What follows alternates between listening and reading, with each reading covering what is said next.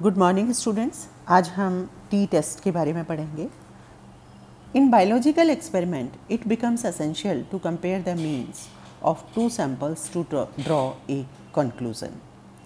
Visual expressions of the difference between the two sample means usually fails to give significant difference.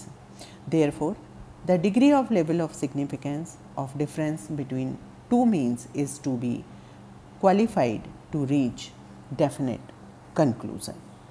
तो यहाँ पर हम एक T test जो है उसके बारे में पढ़ेंगे। T test is a small sample test है।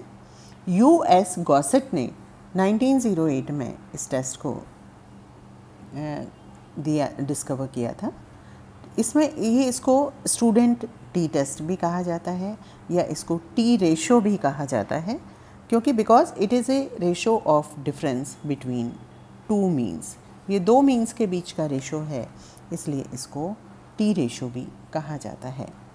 In T test we make a choice between two alternatives. इसमें हम एक नल हाइपोथेसिस लेते हैं और उस हाइपोथेसिस पे आगे चलते हैं और फिर आप अपना कंक्लूजन ड्रॉ करते हैं। तो नल हाइपोथेसिस में पहला क्या है? To accept the null hypothesis, कि हम नल हाइपोथेसिस को एक्सेप्ट करते हैं, यानी कि no difference between the two means. जो टू मीन्स आपने लिए हैं उनके बीच में कोई डिफरेंस नहीं है। और सेकेंड ऑप्शन है to reject the null hypothesis. इसका मतलब है the difference between the means of two samples is statistically significant, यानी कि जो दो मीन के बीच में जो डिफरेंस है वो स्टैटिस्टिकली सिग्निफिकेंट है, तो ये नल हाइपोथेसिस को रिजेक्ट करता है। ये इसके साथ ही ये देखा गया है कि if the calculated value of T exceeds the value given at P, अगर आप टेबल में देखेंगे तो 0.05 यानी 5% लेवल ऑफ सिग्निफिकेंस अगर है in the table, it is said to be significant. तो अगर कोई भी जो आपकी कैलकुलेटेड वैल्यू टी टेस्ट की आ रही है वो 0.05 यानी कि 5% लेवल से ज़्यादा है, तो टेस्ट कैसा होगा? सिग्निफिकेंट है। If the calculated value of t is less than the value given in table, it is not significant. तो ये सिग्निफिकेंट नहीं माना जाता। इसके साथ साथ ही हम क्या करते हैं, यहाँ पे डिग्री ऑफ फ्रीडम निकालते हैं। डिग्री ऑफ फ्रीडम का मतलब है द क्वांटिटी और denominator which is one less than the independent number of observation. जो इंडिपेंडेंट नंबर ऑफ ऑब्जर्वेशन है उससे अगर एक कम कर दिया जाए तो ये जो आती है क्वांटिटी वो डिग्री ऑफ फ्रीडम कहलाती है। अनपेयर टी टेस्ट में DF मतलब degree of freedom is equal to n-1, और इन पेयर टेस्ट इसमें DF होता है n1 + n2 -2, और n1 और n2 क्या है यहाँ पे? Number of observations in each series. यहाँ प्रत्येक सीरीज़ में नंबर ऑफ ऑब्जर्वेशंस हैं। अब ये अनपेयर टी टेस्ट को आप इस एग्जाम्पल्स के द्वारा बहुत अच्छे से समझ सकते हैं। Applied to unpaired data of independent observation, और ये जो टेस्ट है वो अनपेयर डेटा, जो इंडिपेंडेंट ऑब्जर्वेशन के अनपेयर डेटा पर ये वाला टेस्ट अप्लाई होता है। A drug given to each of the 12 person resulted in the following changes in BP from normal. एक ड्रग दी गई 12 जनों को और ये देखा गया कि BP में जो चेंजेस आए नॉर्मल से वो सिग्निफिकेंट हैं या नहीं हैं। तो जो BP में चेंजेस आए उसको इस तरह से इंडिविजुअल सीरीज़ में लिया गया, -3, 2, 8, -1, 3, 0, 7, -2, 1, 5, 0, 4, ये आपको सीरीज़ मिली। तो इसमें आया है कि calculate by student t test whether changes is significant और नॉट। तो जो ड्रग दी है उससे जो चेंजेस आए हैं वो सिग्निफिकेंट हैं या नहीं हैं, ये हम इस टी टेस्ट से पता करेंगे।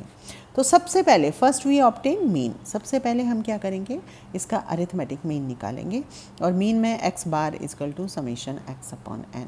तो समेशन x करेंगे तो इसमें -3 + 2 + 8 -1 + 3 0 +- 2 +1 5 + 0 +4 अपॉन टोटल नंबर कितना है 12।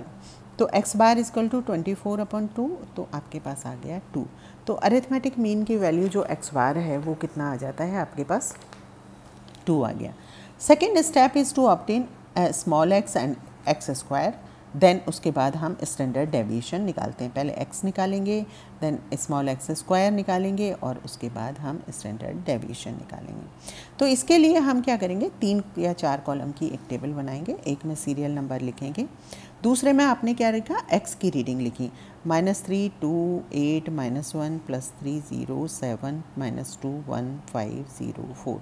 जो सीरीज़ आपको दी गई है वो सीरीज़ आपने इसमें लिखी और इसके साथ ही आप लिखेंगे n = 10। अब क्या होगा, स्मॉल x = x - x बार, है ना। तो x बार आपका कितना आया था, इससे पहले आपने देखा था कि x बार आपका 2 आया था। तो आप इसका ध्यान रखेंगे, माइनस माइनस को माइनस लिखेंगे और माइनस या प्लस जो भी है उसको उसी तरह से लिखेंगे। तो -3 -2 -5 2 - 2 0 8 - 2 6 -1 -2 -3 3 - 2 1 0 - 2 -2 7 - 2 5 -2 -2 -4 1 - 2 -1 5 - 2 3 0 - 2 -2 4 - 2 2। अब आप क्या करेंगे, ये तो आपके पास आ गई स्मॉल x की वैल्यू। अब आप इससे x स्क्वायर निकालेंगे तो x स्क्वायर में सारी वैल्यूज़ कैसी आ जाएंगी, पॉजिटिव आ जाएंगी। तो -5 25 0 36 9 1 4 25 16 1 9 4 4 और इसका समेशन x स्क्वायर = 134 आपके पास यहाँ पे आंसर आ जाता है। अब standard deviation is equal to, आप इसके बाद स्टैंडर्ड डेविएशन निकालेंगे, is equal to summation x square upon n-1 in case of observation. तो n-1 कब होता है, जबकि observation are less than 30। Observations आपके पास लेस देन 30 होती हैं तो ये n-1 होता है। तो SD इज़ इक्वल टू आपके पास summation x square = 134 divided by 11, क्योंकि n है आपके पास 12 -1 = 11 और ये आपके पास आता है √12.18 और इसका जो स्टैंडर्ड डेविएशन आता है वो आपके पास आता है 3.49। अब आप अगर टी टेस्ट निकालते हैं या स्टूडेंट टी टेस्ट की वैल्यूज़ देखते हैं तो ये होता है x बार × √n अपॉन स्टैंडर्ड डेविएशन। ये आपके पास इसकी वैल्यूज़ आती हैं। x बार = 2 × n = कितना है 12 और SD आपके पास आया है 3.49। और जब इसको आगे आप करेंगे तो 2 × इसका स्क्वायर रूट अंडर रूट निकालेंगे 12 का, तो ये आता है 3.464 2 × 3.464 डिवाइडेड बाई 3.49, ये आ गया 6.928 डिवाइडेड बाई 3.49 और ये आपके पास वैल्यू आती है 1.98 आपके पास वैल्यू आ जाती है। ठीक है, तो ये तो आपके पास क्या आ गई, calculated value of t test आपके पास आ जाती है। अब अगर आप डिग्री ऑफ फ्रीडम देखेंगे तो डिग्री ऑफ फ्रीडम जैसे कि पहले भी निकाला था n-1 यानी कि 12 - 1 और डिग्री ऑफ फ्रीडम आ गई आपके पास 11। अब अगर आप 11 आप देखिए यहाँ पर, अब आप पीछे की ओर एक टेबल दी हुई होती है और जिसमें स्टूडेंट टी टेस्ट टेबल देखते हैं तो आप कैलकुलेटेड वैल्यू को यहाँ पर कंपेयर करते हैं। तो चूँकि आपके पास डिग्री ऑफ फ्रीडम ये आपके DF है, DF डिग्री ऑफ फ्रीडम है, तो जब 11 का आप इसको डिग्री ऑफ फ्रीडम पे देखेंगे 0.05 पे, तो 11 का 0.05 पे देखेंगे तो आपकी वैल्यू आती है, एक सेकेंड, 11 का आप देखेंगे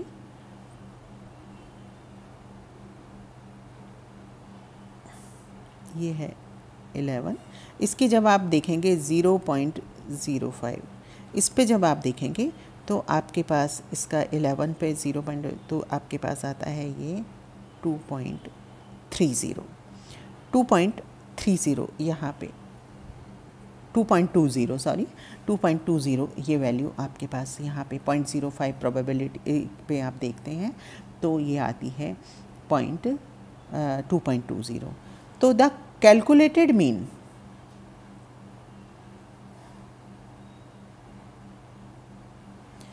तो the calculated value of T, calculated value आपकी क्या आई है, कैलकुलेटेड वैल्यू आपकी आई है 0.198। ठीक है, और आपकी जो टी टेबल में जो गिवन वैल्यू आई है, जहाँ पे डिग्री ऑफ फ्रीडम 11 पे आपने 0.05 प्रोबेबिलिटी देखा, तो ये वैल्यू आती है 2.20।